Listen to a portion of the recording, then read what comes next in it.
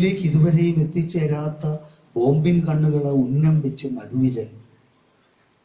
കൈയും കണവനും നഷ്ടപ്പെട്ടവൾക്ക് കടമായി മോതിരവിരൽ. കഴിക്കാൻ അറച്ചിരുന്ന എല്ലാ ഭക്ഷണ വിഭവങ്ങളോടും രാജിയാവുന്ന ചെറുവിരൽ. കത്തിക്കാളുന്ന സൂര്യനെ ഓരത്തേക്ക് മാറ്റാൻ മറ്റ് 5 വിരലുകളും. യുദ്ധം തീരുന്നില്ല, തീരുന്നത് എൻ്റെ വിരലുകൾ മാത്രം. കൈകൾ കുറുകുന്നു, വിരലുകൾ മുളയുന്നു. കൈകൾ ഉരുകുന്നു, വിരലുകൾ വളരുന്നു. നെഞ്ചുരുകുന്നു, ഹൃദയമൊരുകുന്നു, ഞാനാകെ ഉരുകുന്നു. മരണവിരലുകൾക്കിടയിലൂടെ ഒഴുകുന്ന തീ ഒഴികെ മറ്റൊന്നും ബാക്കിയാവുന്നില്ല. തീ മരണത്തെ ശ്വാസം മുട്ടിച്ചേക്കാം, പക്ഷേ ശ്വാസം മുട്ടിച്ചാവുന്നത് ഞാൻ മാത്രം. നന്ദി. Thank you. Go ahead, Batul, with the last one, the last one, please. Okay, it's called the Birds Catalog. كتالوج العصافير. حين توقفنا عن البكاء وأوشكنا أن ننفجر مثلما تنفجر المعلبات بعد انتهاء صلاحيتها، أتت الطائرة وبطرف جناح الصاروخ فتحت رؤوسنا. لم يلمها أحد، فهي صادقة، خافت أن تنفجر. بعدما هدمتنا الطائرة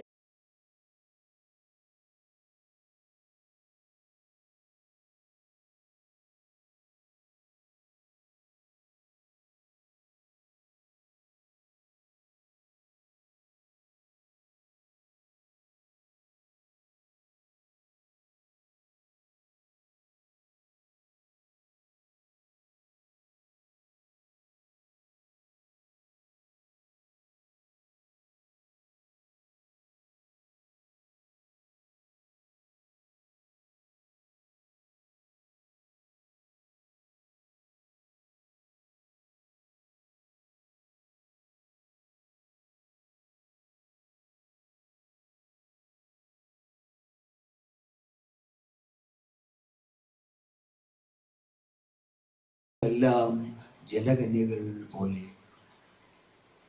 ആദ്യമായി ഞങ്ങൾ ഭയമില്ലാത്തവരായി. രഹസ്യം വെളിപ്പെടുത്തരുതെന്ന് എല്ലാവർക്കും മുന്നറിയിപ്പ് നൽകി. വാവിട്ടൊരു വാക്കുരിയാടാതെ ആകാശം നിലകൊണ്ടു. ഞങ്ങൾ മരിച്ചുകൊണ്ടിരിക്കുകയായിരുന്നുവെന്ന് വെറും 1 മാസം വരെ ഞങ്ങളെ ഓർമ്മിപ്പിക്കാതെ. നന്ദി. Thank you ബത്തുൽ. Thank you very much, Anwar. Thank you very much, Batul. Batul, you're now in France, in Paris, but I'm sure that many details of your life and experience in Gaza are still happening or are still being lived in Paris. Mama, بس لحظة شوي حبيبي. I have 2 questions for you. The first one is, I'm wondering if there were moments in Gaza, or if there are moments now in Paris, when language felt for you, or still feeling for you, were felt insufficient. And what did you do upon these cases, and how did you fight it? Well, during the genocide, I had this dilemma specifically with the Arabic language. That's my mother's tongue. So at the beginning of the genocide, I totally stopped writing.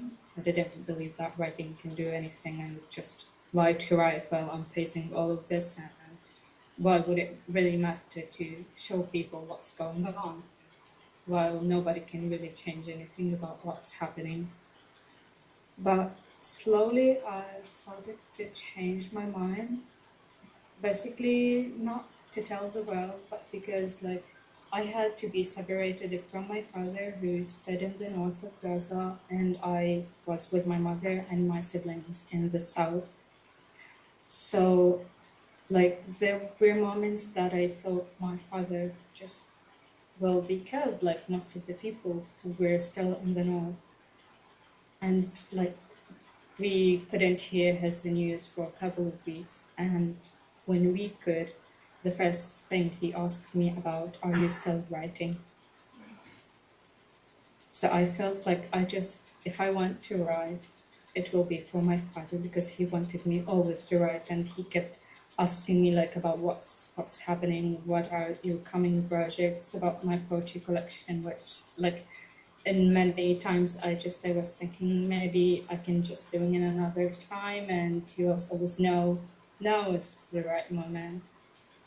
And then like also like one of my very dear people, Professor Rifat El who is a poet also, and he was a professor at the Islamic University of Gaza.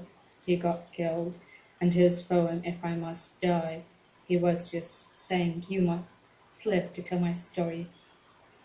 And it's so heavy to carry all of this on your shoulders, that you have to tell stories of people. So yeah, it's so heavy. So yeah. So I shifted sometimes like between languages, Arabic and English, because sometimes I felt like Arabic doesn't give me the space I want to. So I shifted sometimes to English, where I self-translated my poems, and I translated also poems by many other Ghazan poets. So yeah, I just kept moving between languages, and now I feel myself getting back to Arabic again. Thank you very much, Batul. My second question is, this is my son, sorry. My second question is about your arrival to Paris. Do you think that that writing has been not more difficult, but since you're detached physically to Gaza, and so does writing feel like writing from the past, from memory, or is it more attached to the present moment of exile? Or it's true that you have chosen to apply to a university in Paris, etc., but still, it is a forced displacement. I always also feel that I lived through a different experience as a Palestinian from the 48 territories. I have an Israeli passport, I have an Israeli identity card. And I had to choose, like I had to leave my hometown, my country, and I feel that it's also forced displacement. It's another story due to different reasons or contexts. But does this new writing? I don't know if you had already written new stuff, new poems. So, but do they feel like writing from the past or the recent past or from memory, or are they attached to the moment, to the present time?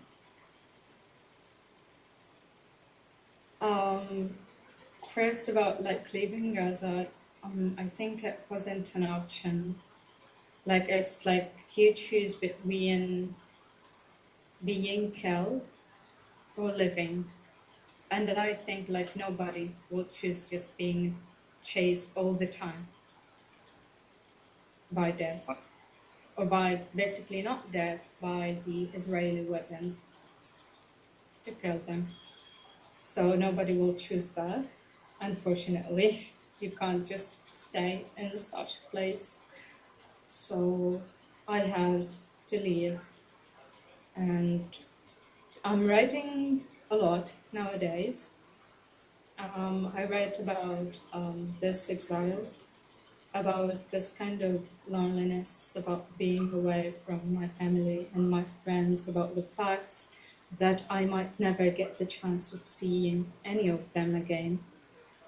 So, and I'm writing also about this kind of a new city of Paris, which I'm discovering, which is a very cold place, where if you died in the middle of the street, people will think that you're a piece of art, and they will pass by you, and nobody will look even, and nobody cares about art in the streets here, So I'm just writing about this city.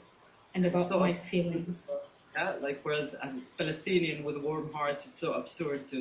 Yeah, it's different. Like in our Middle Eastern societies, you move from a family to a family, but here literally you're by your own, and everyone is just kind of busy of surviving. So yeah, even here people are trying to survive with all of this kind of difficult world. Thank you. I wish you good luck with adapting the tool. We will move forward. Thank you very much for your words. We will listen, Anwar, we will listen to some music before we move forward, or what?